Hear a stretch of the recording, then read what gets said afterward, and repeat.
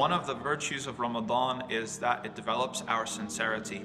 And that is taken from the hadith of the Prophet ﷺ. It's a hadith Qudsi where Allah says that every good deed that a person does is for his own self, except for fasting, it's for me. That's Allah saying that. What does it mean that fasting is for me and everything else is for yourself? The scholars have multiple explanations. They're not necessarily mutually exclusive, but one of the ones that the scholars keep coming back to is that fasting is more sincere.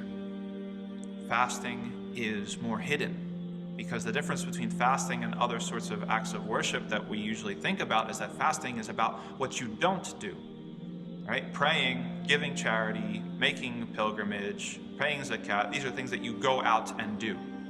And so because it's something that you're doing, it can be seen. And if it's seen, then your intentions can get muddled because you care about other people seeing you when you do it.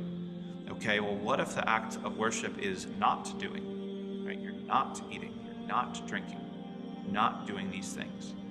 Can somebody see you not doing them? Maybe for a little, right? But they're not going to be with you every single second of the fasting day. At a certain point, it's going to be just you and Allah.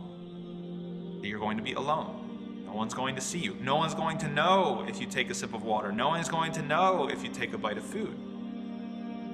And so this is something that develops muhasabah. It develops your own accountability to yourself, your own integrity, your own sense of doing the right thing when no one else is watching. And that is one of the most fundamental, important skills that a believer can have. Fasting develops this sincerity in us.